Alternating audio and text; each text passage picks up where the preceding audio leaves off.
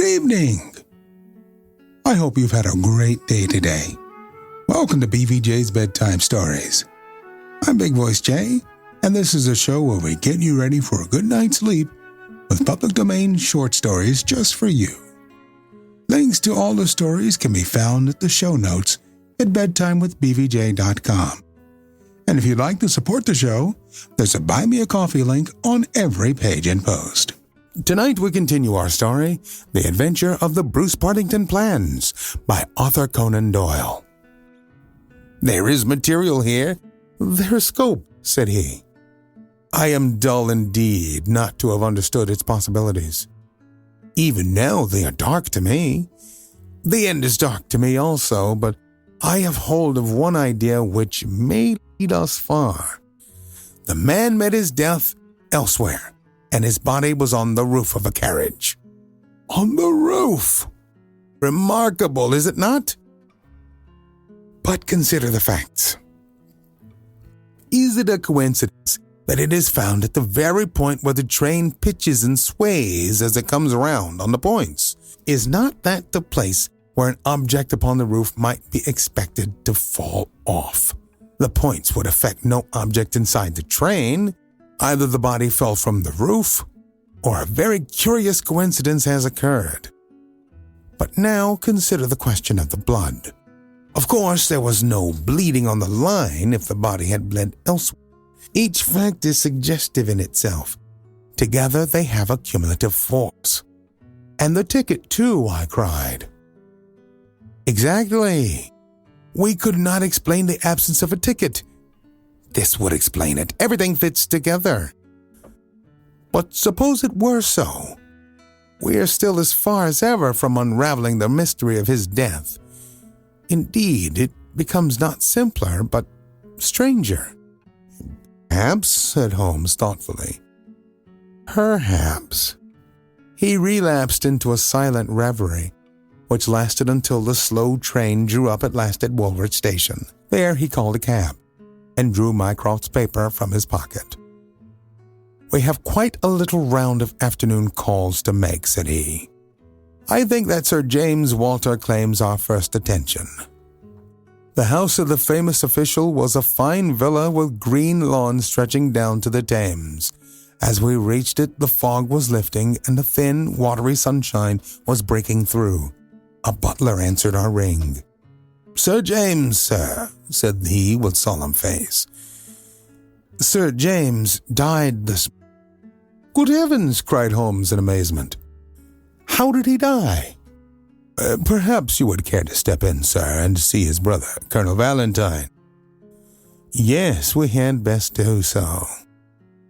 We were ushered into a dim-lit drawing room where an instant later we were joined by a very tall, handsome, light-bearded man of 50, the younger brother of the dead scientist. His wild eyes, stained cheeks, and unkempt hair all spoke of the sudden blow which had fallen upon the household. He was hardly articulate as he spoke. It was this horrible scandal, said he. My brother, Sir James, was a man of very sensitive honor, and he could not survive such an affair. It broke his heart. He was always so proud of the efficiency of his department. This was a crushing blow.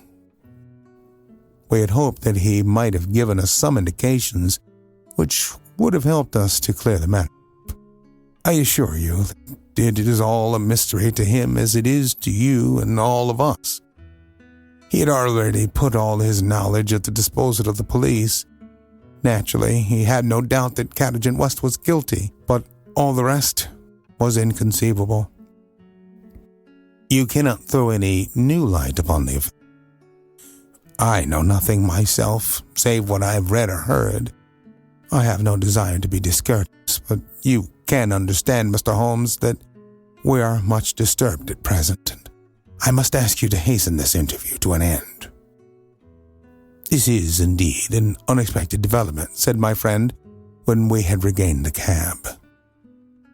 I wonder if the death was natural, or whether the poor old fellow killed himself. If the latter, may it be taken as some sign of self-reproach for duty neglected. We must leave that question to the future. Now, we shall turn to the Cadogan Wests. A small but well-kept house in the outskirts of town sheltered the bereaved mother. The old lady was too dazed with grief to be of any use to us, but at her side was a white-faced young lady who introduced herself as Miss Violet Westbury, the fiancée of the dead man, and the last to see him upon that fateful night. "I cannot explain it, Mr. Holmes," she said. "I have not shut an eye since the tragedy, thinking night and day what the true meaning of it can be. Arthur was the most single-minded, chivalrous, patriotic man upon earth. He would have cut his right hand off before he would sell a state secret confided to his keeping. It is absurd, impossible, preposterous to anyone who knew him. But the facts, Miss Westbury, yes, I admit I cannot explain them. Was he in any want of money? No, his needs were very simple and his salary ample. He had saved a few hundreds, and we were to marry at the new year. No signs of any mental excitement? Come, Miss Westbury, be absolutely frank with us." The quick eye of my companion had noted some change in her manner. She colored and hesitated. "Yes," she said at last. "I had a feeling that there was something on his mind." "For long?" "Only for the last week or so. He was thoughtful and worried. Once I pressed him about it, he admitted that there was something and that it was concerned with his official life. 'It is too serious for me to speak about even to you,' said he. I could get nothing more." Holmes looked grave. "Go on, Miss Westbury. Even if it seems to tell against him, go on. We cannot say what it may lead to." "Indeed, I have nothing more to tell. Once or twice it seemed to me that he was on the point of telling me something. He spoke one evening of the importance of the secret, and I have some recollection that he said that no doubt foreign spies would pay a great deal to have it." My friend's face grew graver still. "Anything else?" "He said that we were slack about such matters, that it would be easy for a traitor to get the plans." "Was it only recently that he made such remark?" "Yes, quite recently." "Now, tell us of that last evening." "We were to go to the theater. The fog was so thick that a cab was useless. We walked, and our way took us close to the office. Suddenly, he darted away into the fog. Without a word, he gave an exclamation, that was all. I waited, but he never returned. Then I walked on. Then, next morning, after the office opened, they came to inquire. About 12 o'clock, we heard the terrible news. Oh, Mr. Holmes, if you could only save his honor. It was so much to him." Holmes shook his head sadly. "Come, Watson," said he. "Our ways lie elsewhere. Our next station must be the office from which the papers were taken. It was black enough before against this young man, but our inquiries made it blacker," he remarked as the cab lumbered off. "His coming marriage gives a motive for the crime. He naturally wanted money. The idea was in his head, since he spoke about it. He nearly made the girl an accomplice in the treason by telling her his plans. It is all very bad. But surely, Holmes, character goes for something. Then again, why should he leave the girl in the street and dart away to commit a felony?" "Exactly. There are certainly objections, but it is a formidable case which they have to meet." Mr. Sidney Johnson, the senior clerk, met us at the office and received us with that respect which my companion's guard always commanded. He was a thin, gruff, bespectacled man of middle age, his cheeks haggard and his hands twitching from the nervous strain to which he had been subjected. "It is bad, Mr. Holmes, very bad. Have you heard of the death of the chief?" "We have just come from his house." The place is disorganized. The chief dead, Cadogan West dead, our papers stolen. And yet, when we closed our door on Monday evening, we were as efficient in office as any in the government service. Good God, it's dreadful to think of. That West of all men should have done such a thing. You are sure of his guilt, then? I can see no other way out of it, and yet I would have trusted him as I trust myself. At what hour was the office closed on Monday? At 5. Did you close it? I am always the last man out. Where were the plans? In that safe. I put them there myself. Is there no watchman to the building? There is, but he has other departments to look after as well. He is an old soldier and a most trustworthy man. He saw nothing that evening, of course. The fog was very thick. Suppose that Cadogan West wished to make his way into the building after hours. He would need 3 keys, would he not, before he could reach the papers? Yes, he would. The key to the outer door, the key to the office, and the key to the safe. Only Sir James Walter and you had those keys. I had no keys of the door, only of the safe. Was Sir James a man who was orderly in his habits? Yes, I think he was. I know that so far as those 3 keys are concerned, he kept them on the same ring. I have often seen them there. And that ring went with him to London. He said so. And your key never left your possession? Never. Then West, if he is the culprit, must have had a duplicate. And yet none was found upon his body. One other point. If a clerk in this office desired to sell the plans, would it not be simply to copy the plans for himself, than to take the original as was actually done? It would take considerable technical knowledge to copy the plans in an effective way. But I suppose either Sir James, or you, or West has that technical knowledge. No doubt we had.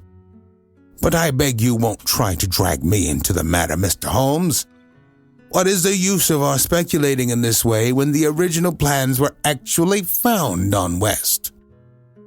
Well, it is certainly singular that he should run the risk of taking originals if he could safely have taken copies which would have equally served his turn. Singular, no doubt, and yet he did so. Every inquiry in this case reveals something inexplicable. Now there are 3 papers still missing. They are, as I understand, the vital ones. Yes, that is so. Do you mean to say that anyone holding these 3 papers and without the 7 others could construct a Bruce-Partington submarine? I reported to that effect to the Admiralty, but today I have been over the drawings again and I am not so sure of it. The double valves with the automatic self-adjusting slots are drawn in one of the papers which have been returned. Until the foreigners had invented that for themselves, they could not make the boat. Of course, they might soon get over the difficulty. But the 3 missing drawings are the most important. Undoubtedly. I think, with your permission, I will now take a stroll round the premises. I do not recall any other question which I desired to ask. He examined the lock of the safe, the door of the room, and finally the iron shutters of the window. It was only when we were on the lawn outside that his interest was strongly excited. There was a laurel bush outside the window, and several of the branches bore signs of having been twisted or snapped. He examined them carefully with his lens, and then some dim and vague marks upon the earth beneath. Finally, he asked the chief clerk to close the iron shutters, and he pointed out to me that they hardly met in the center, and that it would be possible for anyone outside to see what was going on within the room. The indications are ruined by 3 days' delay. They may mean something or nothing. Well, Watson, I do not think that Woolwich can help us further. It is a small crop which we have gathered. Let us see if we can do better in London. Yet we added one more sheaf to our harvest before we left Woolwich Station. The clerk in the ticket office was able to say with confidence that he saw Cadogan West, whom he knew well by sight, upon the Monday night, and that he went to London by the 8:15 to London Bridge. He was alone and took a single third-class ticket. The clerk was struck at the time by his excited and nervous manner. So shaky was he that he could hardly pick up his change, and the clerk had helped him with it. A reference to the timetable showed that the 8:15 was the first train which it was possible for West to take after he had left the lady about 7:30. "Let us reconstruct Watson," said Holmes, after half an hour of silence. "I am not aware that in all our joint researches we have ever had a case which was more difficult to get at. Every fresh advance which we make only reveals a fresh ridge beyond. And yet, we have surely made some appreciable progress. The effect of our inquiries at Woolwich has in the main been against young Cadogan West, but the indications at the window would lend themselves to a more favorable hypothesis. Let us suppose, for example, that he had been approached by some foreign agent. It might have been done under such pledges as would have prevented him from speaking of it, and yet would have affected his thoughts in the direction indicated by his remarks to his fiancée. Very good. We will now suppose that as he went to the theater with the young lady, he suddenly, in the fog, caught a glimpse of the same agent going in the direction of the office. He was an impetuous man, quick in his decisions. Everything gave way to his duty. He followed the man, reached the window, saw the abstraction of the documents, and pursued the thief. In this way, we get over the objection that no one would take originals when he could make copies. This outsider had to take originals. So far, it holds together. What is the next step?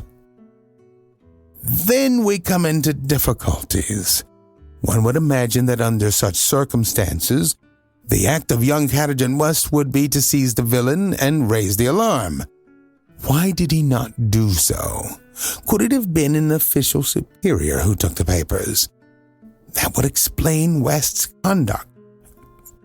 Or could the thief have given West the slip in the fog, and West started at once to London to head him off from his own rooms, presuming that he knew where the rooms were? The call must have been very pressing, since he left the girl standing in the fog and made no effort to communicate with her.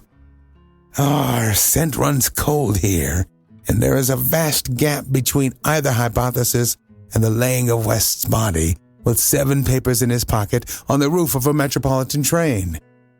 My instinct now is to work from the other end. If Mycroft has given us a list of addresses, we may be able to pick our man and follow 2 tracks instead of 1. Surely enough, a note awaited us at Baker Street. A government messenger had brought it post-haste. Holmes glanced at it and threw it over to me. There are numerous small fry, but few who would handle so big an affair.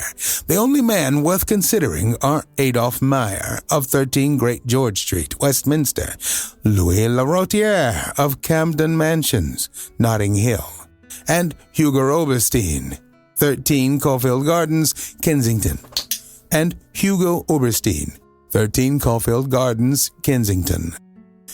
The latter was known to be in town on Monday and is now reported as having left. Glad to hear you have seen some light. The cabinet awaits your final report with the utmost anxiety. Urgent representations have arrived from the very highest quarter. The whole force of the state is at your back if you should need it. Mycroft.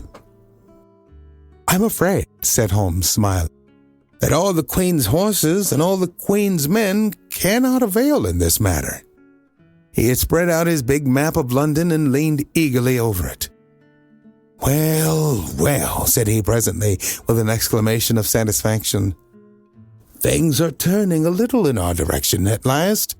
Why, Watson, I do honestly believe that we are going to pull it off after all. He slapped me on the shoulder with a sudden burst of hilarity. I am going out now. It is only a reconnaissance. I will do nothing serious without my trusted comrade and biographer at my elbow.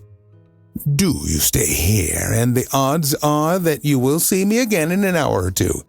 If time hangs heavy, get foolscap and a pen, and begin your narrative of how we saved the state. We'll return with the story on our next episode. I want to remind you that we're always on the hunt for great stories like this one to feature on the show. Send your story suggestions to bigvoicejay@gmail.com. We've got a YouTube channel full of stories from the show. Go to tiny.cc/BVJ Bedtime. Don't forget to leave us a review on Apple Podcasts. It helps to spread the word that we're putting people to sleep every single night. And if you'd like to support the show, there's a Buy Me a Coffee link on every page and post. Thank you so much for listening. Good night. Diamond Club hopes you have enjoyed this program.